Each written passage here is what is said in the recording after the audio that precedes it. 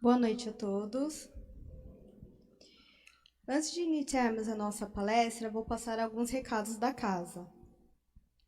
Solicitamos voluntários, psicólogos, que possam dispor de algumas horas na semana para atenderem pessoas carentes em nosso lar Irmã Dirce. Os interessados entrarem em contato aqui no centro com a Edna, às terças e sexta-feiras à noite, às 19 horas, e terças e quinta-feiras à tarde, às 14 horas.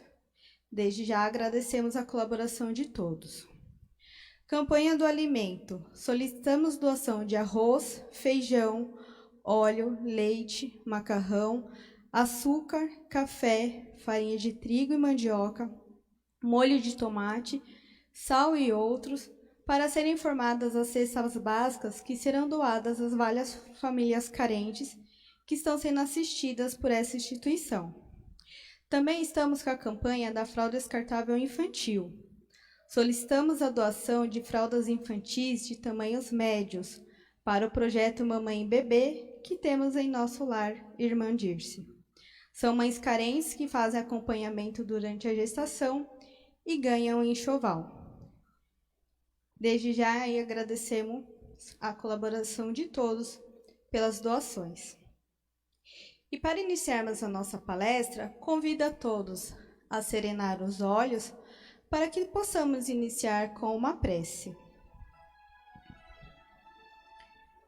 Senhor, agradecemos mais uma vez a oportunidade de estar aqui para aprender um pouco sobre os seus ensinamentos.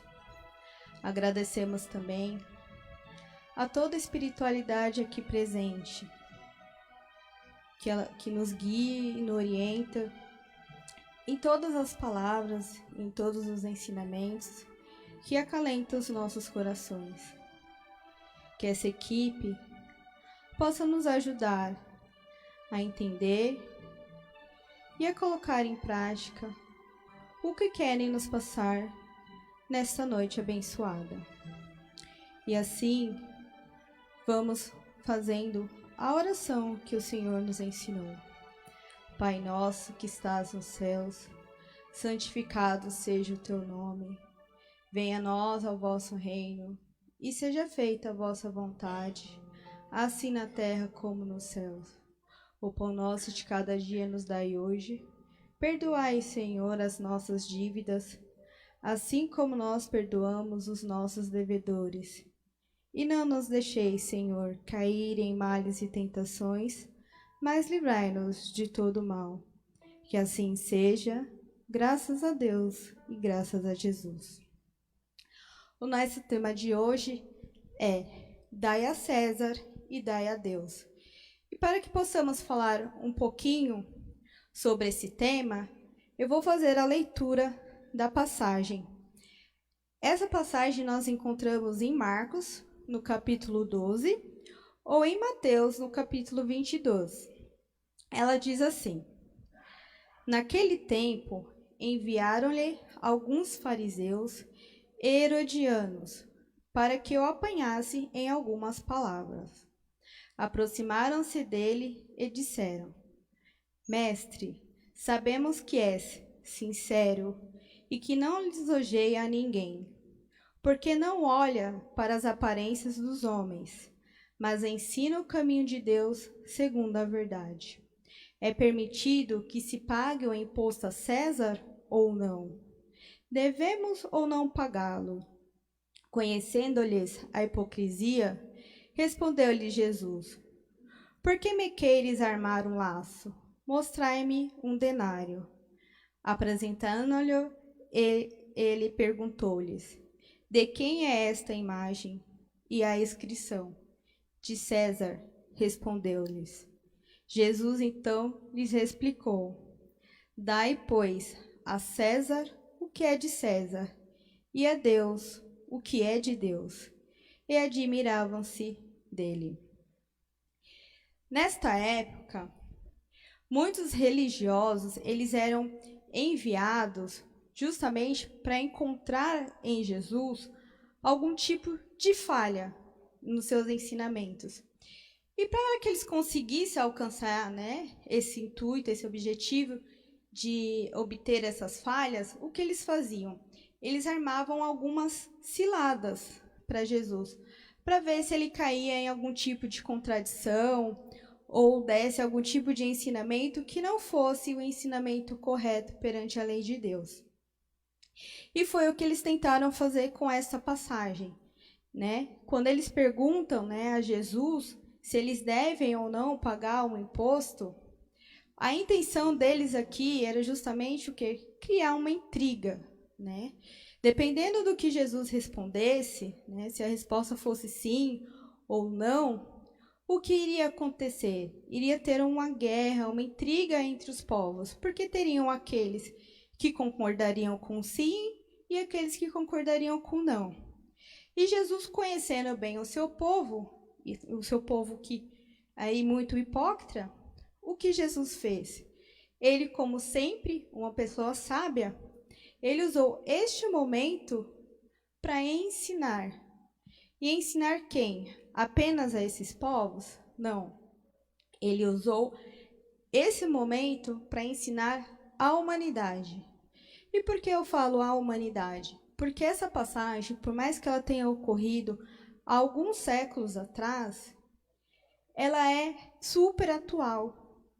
Se trouxermos para o nosso dia de hoje, podemos, por exemplo, substituir a fisionomia de César na moeda para os nossos governos. Então, César nada mais é do que um líder. Como assim, temos nossos líderes também no governo, nas empresas, né, em diversos locais. Então, é super atual esse ensinamento. E o que ele quer nos mostrar aqui? Quando ele responde, dai a César o que é de César e a Deus o que é de Deus, o primeiro ensinamento aqui que ele quer nos mostrar é que existem dois mundos. O mundo espiritual, que é representado por Deus, e o mundo material, terrestre, que na época foi representado pela fisionomia de César, e que hoje, trazendo para a nossa atualidade, está representado nas nossas fisionomias, né? Nós, humanos. Só que essa mensagem, ela não quis mostrar apenas isso, né? Apenas essa divisão de mundos, né? Que, como a gente pode ver aí, né? Jesus já vem falando sobre a espiritualidade há muito tempo, né? Não é algo que se iniciou hoje. E ainda existe aí algumas discussões se existe um plano espiritual ou não, se existe essa divisão. Então, aqui é claro, né, ele mostra para a gente que sim, existe. E ele vai além disso. Além dele mostrar para nós essa divisão de mundos, o que ele nos mostra? Que ambos os mundos, seja ele terreno, material, que é o que nós vivemos hoje, ou o plano espiritual ao qual nós iremos no nosso desencarne, ambos têm direitos e deveres. Ou seja, no plano espiritual nós também temos deveres, não é só direitos. Ou seja, não é só ficar parado num lugar lindo, tranquilo, sem ter o que fazer. Não, nós sempre teremos deveres, nós sempre teremos algo a fazer. E o que ele mostra, bem claro, dai a César o que é de César e a Deus o que é de Deus, ele quer dizer o quê? Que devemos cumprir igualmente a lei dos homens, ou seja, dai a César, e a lei de Deus, que é o dai a Deus. Então, nós temos que tirar, né, da nossa mente, em alguns momentos, que não é porque existe a lei de Deus que eu não tenho que cumprir a lei dos homens. Pelo contrário, nós temos por obrigação, por estarmos neste plano, por termos escolhidos a estar aqui, a sofrer todos os obstáculos que nós sofremos, temos a obrigação de cumprir todas as leis impostas pelos homens. Por mais que algumas vezes a gente saiba que algumas leis, vamos dizer, são erradas, né? Não estão tão de acordo assim com os ensinamentos de Deus. O que nós devemos fazer nesse caso? Devemos julgar quem criou a lei? Não, porque Deus já disse que nós não devemos julgar ao outro, né? Se nem Jesus, nem Deus julga, quanto mais a nós. Então, o que nós devemos fazer? Nessa situação, nós devemos mostrar, através de exemplos, de bons trabalhos, de boas atitudes, para quem criou esta lei, que ela não está de acordo com os ensinamentos de Cristo, que ela não vai favorecer a sociedade, que ela está favorecendo a uns e a outros não, né? Que não existe uma justiça de fato. E não julgar, você está errado, essa lei não vai funcionar, né? Ao invés de julgar, vamos mostrar, né? Porque dando exemplo, fica muito mais fácil, fica muito mais visível para que possa ser mudado essa lei. Então, ele mostra que a gente não deve ser pessoas alienadas, no sentido, eu não devo cumprir cegamente a lei do homem e também não devo usar as leis de Deus no sentido de usar a nossa religiosidade ou nossas crenças como, vamos dizer, como base ou como desculpa para infringir uma lei humana. Que a gente vê, infelizmente, ainda muitos casos que às vezes nós se utilizamos da religiosidade justamente para quê? Para argumentar que eu não cumprir devido à lei humana porque a minha religião não permite, porque a lei de Deus não permite. E isso nós não devemos fazer, porque temos como obrigação cumprir as duas leis. E ele vai um pouquinho mais além. O que ele também quer nos dizer aqui? Que para cumprir ambas as leis, nós temos, em alguns momentos da vida, que fazer sacrifícios. Por exemplo, como eu disse no início, nós imaginamos que quando formos para o plano espiritual, não teremos trabalho. E a gente viu que não é bem assim, que teremos sim e muito trabalho. E esses trabalhos no plano espiritual, né, ele também exige alguns sacrifícios, assim como nós aqui na Terra. Por exemplo, se nós queremos alcançar algum tipo de recompensa melhor no nosso trabalho em questão material, não temos que sacrificar?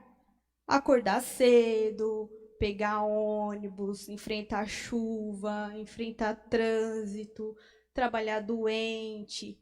São alguns tipos de sacrifício que a gente passa para quê? Para que tenhamos um bem-estar melhor, para conquistar uma casa, um carro, uma roupa, para ter um certo conforto. No plano espiritual, também é a mesma coisa.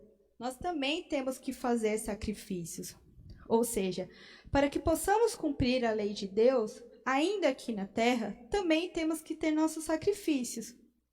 Ou seja, um exemplo. Eu sei que hoje eu tenho uma ação social lá para entregar cestas básicas para uma instituição carente. Mas está tão frio, está chovendo. Como é beneficente, eu não tenho obrigação, eu não vou. Se todos pensar assim, nas pessoas que fazem parte dessa organização, vai ocorrer a entrega das cestas básicas? Não. Então, nós também temos que fazer sacrifícios para cumprir o trabalho do bem. Não é só o nosso sacrifício para ter o nosso bem material, mas é o nosso sacrifício para o bem maior, que é o nosso bem espiritual, a nossa evolução. E lá no plano espiritual é a mesma coisa. Também teremos que fazer sacrifícios para quê? Para alcançar os nossos bônus horas, né? Para que possamos aí, de repente, não precisar mais encarnar ou encarnar em um plano melhor. Então, tudo vai depender do que fizermos de trabalho na Terra e no plano espiritual. E aqui também ele nos mostra o quê? Que temos que respeitar o próximo. Como é que vamos julgar os nossos governantes que surgiu de nós, porque uma pessoa só vira um líder a partir de nós mesmos, ou seja, nós nos preparamos para ser um líder, seja numa empresa, seja de uma cidade, de um país, ou de uma família, né, dentro de um lar. Nós nos preparamos para isso, ou seja, um líder, ele surge do seu próprio povo. E aí o que acontece? Quando estamos lá como líderes, quem está abaixo, qual é a prática mais comum que a gente vê? Revoltas, críticas, julgamentos. Só que muitas vezes aquilo que nós estamos julgando é justamente o que nós estamos fazendo também. Então, antes de julgarmos qualquer líder que seja, vamos prestar atenção nas nossas atitudes. Será que eu, por exemplo, estou julgando um governante que ele é corrupto, que ele está subordinando pessoas, empresas para ter vantagens? E eu? Será que eu também não estou fazendo a mesma coisa? Será que numa primeira oportunidade que eu tenho, eu de alguma maneira, ou em dinheiro, ou em serviço, ou em presentes, eu também não estou subornando alguém para ter alguma vantagem? Por exemplo, se a gente parar para ver nos dias de hoje, é um exemplo simples, esse benefício que o governo dá. Quantas pessoas se usaram aí de situações, vamos dizer, inadequadas para conseguir o benefício? E julga o governo por ser corrupto. Então, são pequenas atitudes do nosso dia a dia, né, que vai fazer com que a gente entenda todo o processo e que construa a nossa reforma íntima. Então, tem uma passagem que eu recebi hoje de Chico Xavier, né, de um amigo que encaminhou pelo WhatsApp, que eu achei bem interessante e resume um pouco sobre o que nós falamos hoje. Ele diz assim: certa vez, Chico Xavier chegou ao centro espírita e viu uma multidão na porta e perguntou: o que essas pessoas querem? Eles vieram buscar passe, respondeu um trabalhador da casa. Chico Xavier respondeu: eles não precisam de passe, eles precisam de pá. O que é essa pá? É justamente o trabalho no campo do espírito, o sacrifício, a renúncia, o esforço, a força de vontade, a transformação moral e a atitude no bem comum, ou seja, a reforma íntima. Então, essa passagem veio nos mostrar o quanto ainda temos que trabalhar duro, o quanto ainda temos que nos sacrificar para evoluirmos. E aqui é hoje, é trabalhar no bem, termos ações, sair do papel, sair das palavras e ir para as atitudes e, de fato, ter a ação. E é através da ação, é através dos exemplos que a gente vai conseguir conquistar aí o mundo melhor. É através dessas ações que nós iremos conseguir fazer a transição, né, para um plano aí de regeneração. Então, eu deixo aí essa reflexão, né, para que possamos pensar durante aí a semana o quanto eu estou tendo atitude. Será que eu realmente tenho ações ou eu estou apenas pensando, deixando num papel, ou apenas falando e não dando um exemplo? Será que eu posso melhorar? Será que ainda tem um pontinho ali que eu posso dar um start de melhora? Então vamos ficar com essa reflexão. Aonde eu posso ser melhor? O que eu posso fazer para ser uma pessoa melhor e, principalmente, para transformar o mundo no mundo melhor? Então, mais uma vez, convido a todos a serenar os olhos para fazermos a nossa oração de encerramento.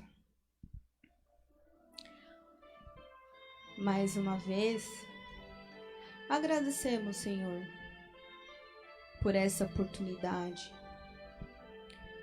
por aprender um pouquinho mais sobre os seus ensinamentos, por clarear muitas vezes alguns ensinamentos que não foram tão transparentes para nós.